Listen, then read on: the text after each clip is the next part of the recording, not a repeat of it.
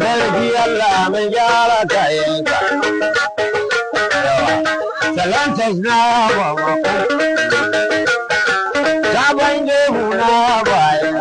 Salantas sai ya gaishe ka. Bare na gauna ba, ɗan duma-duma tana nan. Ya duma-duma gaishe ka. Ya dumur-dumur. Yar duma-duma, Allahu Akbar. Bare na kauna ba, salantas na bawa. Na gode. Gurmi na gode.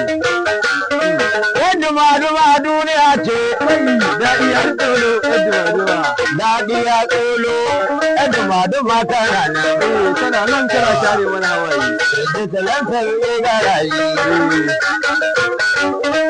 Talantarwa kake so, duma-duma ya ce so. Wallahi kuwa. Ita kaɗai. Mafi daɗi yana nan. Ruwan kwarata ba. An ce kwalelanka. Salansa ya ce mai ɗan duma-duma bai baka wannan. Ta wace ni kaɗai. Yawa. Kalelan kura da fata ni na yawa ruwa. Shugaban kasa na kwartaye. Mafi daɗi ya gaishe ka. Firistan kwartaye ya gaishe ka. Na ya gane ya huta.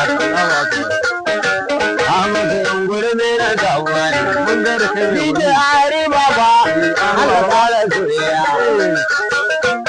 Ai baba ni na baba. Sarkin akwasi a ruwa. Sarkin akwasi ya kai ne. Ba ya rena kurege. Ba ka rena kurege. Sarkin akwasi na gode da soyayya. Na wuta mai sana'a da ranarka. Allah ba da magana ba. Ba gudun magana ya ce ba. A mutu duka hari ba. Ga ne ya duma-duma na an mutu ya yaba wa. Allah zai sai haka ba wa ni.